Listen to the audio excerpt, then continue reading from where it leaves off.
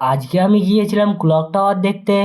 তো চলো সব তোমাদেরকে আবার প্রথম থেকে বলি। আজকে আমি যাচ্ছি ক্লক টাওয়ার দেখতে, তাই আমি সকাল থেকে তাড়াতাড়ি উঠে আমি যাচ্ছিলাম কুশমোড়। কারণ কুশমোড়ে আমাকে বাস ধরতে হবে, ওখানেই আমার বাসটা আসবে। তাই আমি তাড়াতাড়ি চলে গেলাম আর কুশমোড়ে এখানে খানিক ওয়েট করছিলাম। ওয়েট করতে করতে বাস চলে আসলো আর আমি বাসে গিয়ে বসলাম।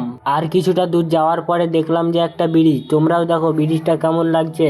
আরো অনেক কিছুই দেখেছিলাম কিন্তু সেগুলো ভিডিওতে দেখানো হয়নি। আর কথা বলতে বলতে আমি বাস থেকে নেমে পড়লাম আর হাঁটতে লাগলাম। আর কিছুটা হাঁটার পরে ফাইনালি আমি পৌঁছে গেলাম ক্লক টাওয়ারের কাছে। তো এবার তোমরা দেখতেই পাচ্ছ আমি ক্লক টাওয়ারের কাছে পৌঁছে গেছি। ক্লক টাওয়ারের কাছে পৌঁছে যাওয়ার পর ওখানে খানিক ঘোরাফেরা করলাম।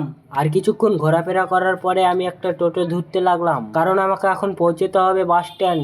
আর কিছুক্ষণ খোঁজাখুঁজি করার পরে আমি একটা পেয়ে নিলাম টোটো। আমি টোটোতে বসে পড়লাম আর যেতে লাগলাম বাস স্ট্যান্ড।